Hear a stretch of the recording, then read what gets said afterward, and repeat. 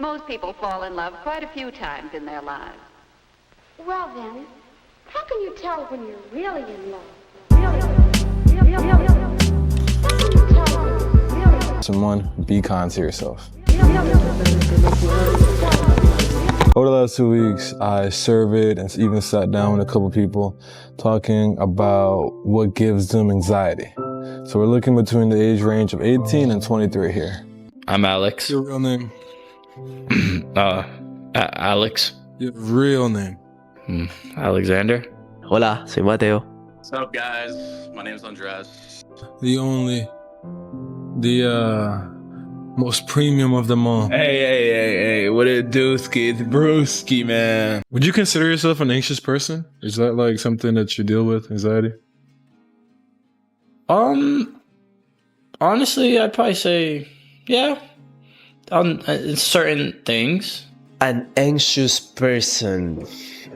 I think I'm overthink a lot, so maybe that can bring you anxiety sometimes, so I'll say so. I can't give you the same treatment as the other two because I know you're an overthinker. Oh, yeah. Very, very happy on that. Very happy on that. Tell me what would you consider your personal triggers in the sense of what are things that, you know, bring down that first domino that make you overthink? I would say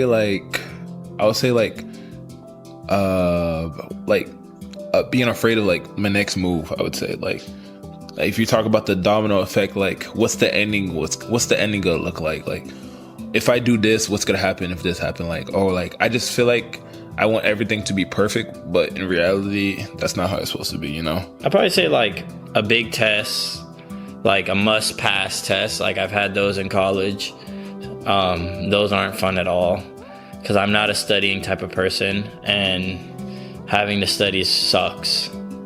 So those are pretty scary for me. And then probably just like, not really having like a goal or like a vision in mind of something like that. That's pretty scary to me. Like not knowing, like not necessarily having a plan, but just like not knowing what I would want to do, like at all in life. Like when I reach a certain age, I hope to know like this is where I want to do. So like thinking about the future gives you anxiety. Sometimes, yeah. It just really depends on aspects of the future, but I don't really try to think about it too much. I just like to stay in the present. Yeah, because that's what I tell myself. I feel like thinking too far ahead almost makes you like tweak. Yeah. Because it's there's the unknown, then there's the future. That's the thing you can't control. Well, you can kind to like the best of your ability, but definitely time. If I'm running out of time on, let's say for my internship right now, like I got due date. Yeah, when I have like a due date for things, I'm like, okay, let me put some effort in this. I don't like stress myself out and get like super anxious, but life happens and sometimes that's just how it is. And I'm just like, oh my God. Oh my God. Mostly like my future, or when I feel like stuff are not going the way I want to, I overthink a lot about that. And also the fact that there's sometimes where I think I'm not the person I suppose, or I like see myself. Like sometimes you like put the expectations or like you're too high, and you're like having a bad time, and you let that affect you, and that brings you down. So like that brings you anxiety. Like you say, for example, like, oh, I'm not helping my family, or I'm not doing this, I'm not doing that, and I feel like that also brings me a lot of anxiety. And then also with soccer, sometimes it could like affect you a lot. It could bring you anxiety when you feel like things are not going your way. You can just get anxious, and like instead of like getting better, you like keep on going down yourself. Keep it. It's like the I'm not enough, like Exactly. I don't know if I would call it like a syndrome. It's like it's just the I'm not enough moment. Exactly. Right. I feel like we all have that. Like when you're, especially when you're doing something challenging, right? Not or something that you really want to do, and sometimes even when it goes well, you're still like, am like, is this the way it's supposed to be? Exactly. And I feel like, honestly, the way, like you were saying, we have, when we have a plan or when we think of something, right? Like, for example, I have 3 games these days, right?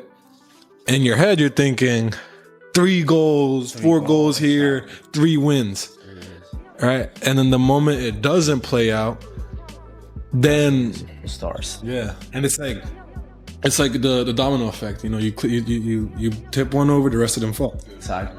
So one thing goes wrong, and then you're going, it's 1,000 miles an hour in your head. Everything is going wrong. Yeah. And it's just like, it just brings you down. And that's when you gotta be like mentally strong and like know that like you could have bad moments or like something may not be going the way you want to, but you don't gotta let that affect you. And that's what I try to work the most on. Like you said, if one thing went wrong, okay, turn the page or try to work better. Let it be a little bit, like, to call it away, let it be, and just try to be better from there. Before you do something, all right, you overthink that. Right, exactly. Okay. And like, how can I say, lately I've been looking for the wrong clarity. Like, I've been looking for the wrong answers, you could say. What do you mean by that? Like, can you expand on that? Yeah, like, let's just say, like, if I'm trying to do like a certain move, I'd be looking for like the high praise answer, but in reality, I just need to look for like the right answer. It's kind of hard to explain. Like, I'm asking the wrong sources, you can say. Okay. You know, like, I'm reaching out to the wrong people that's not in the same field or like same community or mindset as me. You get what I'm saying? Like, I'm asking an outsider, and that's what I do a lot. So it's almost like, figuratively speaking, feeding yourself the wrong meal. Definitely. And that's what kind of leads, it's like, and I keep doing it over and over. It's like, all right, I'm like, this is obviously getting nowhere. And I just keep doing that to myself, like, which build that overthinking, that like not being confident to even like pursue it, you know, and that's scared to take that risk, you could say. So what are things that you do to deal with your anxiety? I go to the gym. Actually, starting today, my school gym changed time, so I can't go there now because my internship takes up the whole time. But I have alternatives. I just go to the gym. I hoop for at least 2 hours after. I just listen to music. Okay. Just get in the zone, or like. Is there a specific type of music that helps you out best?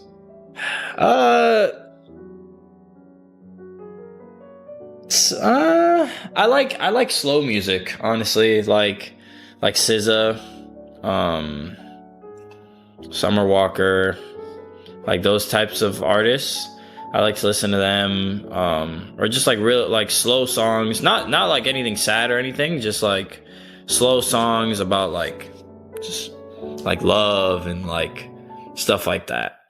So then, what do you do to ground yourself? Like, how are you able to ground yourself, would you say? Like, I would say slowly but surely. Like you said, I have to, like, we talked about it. We have to like build that community around us, and like I feel like I have that community, but I'm just not in that community. You know what I'm saying? Like, it's one of those things like, I don't say hi to you unless you say hi to me type of thing. Like, I'm in the community, but I don't go to the community unless the community comes to me type of thing. So like, I feel like I'm in it. I'm just not using it to my full potential. You know what I'm saying? And I realized, like, once I'm in that community, as boring that it may seem or I may feel, but it's the right feeling. You know what I'm saying? I feel like I'm going for like the opposite, like for the hype and like more creativity. Like, we have to do things, but in reality, like, the less the better. The less the better. That's how I've been noticing how it goes. Okay, so yeah, what do you think expectations are the reason? Yeah, definitely expectations. Yeah, because you said when you're thinking of something, especially when you're working with other people, correct? You set this expectation, and when that expectation isn't met, it knocks off the domino, throws you off. Yeah. So when at least from my personal experience, I try my best not to expect things, but I'm a very scenario heavy person. Okay. Scenarios play in my head all the time. So when I'm thinking of that, right, I try my best to avoid thinking of something that'll be like the next day. Because I'll make a scenario about what I think tomorrow is going to be like. When tomorrow comes and I get disappointed, then that's going to send me down that same rabbit hole. Yeah, that's true. So I try to basically set it in my head the absolute best without, creating a scenario for what if this, what if that, what if that. Gotcha. I try to just best case scenario, and I try my best to visualize that, right? And that way I stop myself from tweaking out. That's not how I ground myself, but that's just how I stop that domino from falling. To say, put in both the scenario, the way I live, like sometimes when you're anxious, I feel like I'm not myself. Like I separate myself from people that I shouldn't, like I take my distance from my family and things that I should not do, or like I put like I'm not in the best mood, or like I'm rude to my mom and stuff like that. And also in soccer, like it brings you down, like you lose confidence, like you don't want the ball anymore, and that like not only affects you but also your team, because it's a sports team, like a team sport. So like when you have those moments, that's also when you're like, but it also comes the other way. Like when I'm that way, my mom talks to me, like they usually like the people that love you, they help you out and they help you to like go through it. And in soccer, same thing, your teammates gotta be there to support you, and like that way you all can go like I said again, turn the page and go up from there. Like you said, just take it in a good way, in a decent way, so you can build your way up again, not let you go down, If there's any piece you would like to add to the audience.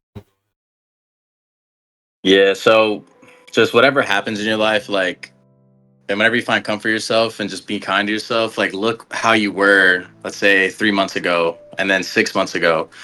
Like I looked at myself, I started going to the gym December, like consistently 4 days a week, 5 days a week. Thank God. My life has been better, just in every aspect, been more disciplined. And 3 months ago, whenever I'm down, I just look back 3 months ago, I'm like, damn, I looked a little different back then. My mindset was a little different. 6 months ago, it's when I just started. I was a completely different person.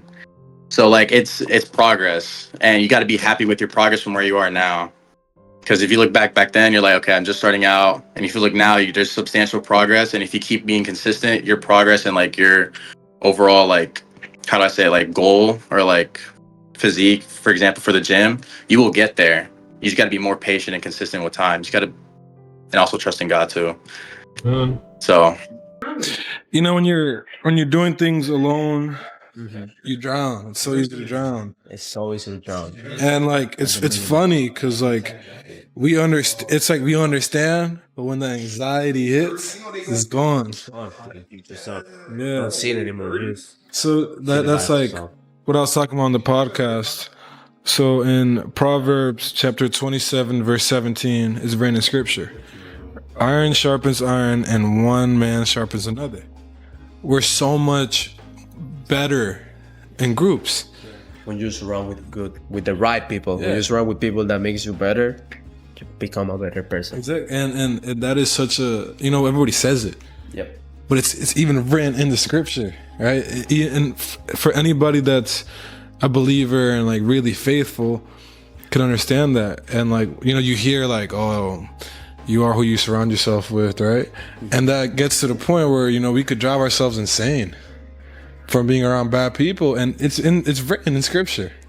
All we have to do, we turn the page to that, and you can kind of understand more the importance of it, because especially for those that are really devoted to their faith. And it's not even like I'm saying like a test of the faith, but I'm just saying like, it's very real. It's real, yeah.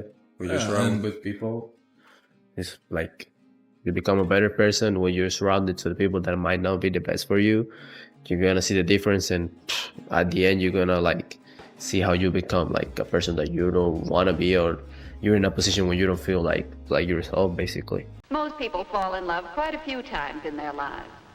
And it's I wanted to read this verse to you. So Luke chapter 6 verse 37. Who am I to judge another when I myself walk as an imperfect person? I feel like, this even applies to ourselves. Why do we judge ourselves so much? We need to accept that imperfection. We're made in God's glory, and we are all wonderfully made. So why is it that we judge ourselves and others so much? I believe that comparison is been normalized so much to the point where, you know, that hatred comes out, that envy comes out when it's not supposed to, when there's no reason for it to do so. So what I'm saying is we're all imperfect. So don't compare yourself to this unreal thing, this unreal idea, because at the end of the day, that's just going to come back on yourself. And, you know, the same thing for others. Do not look at others in a bad way. Do not be so negative. Do not envy. How can you tell when you're really in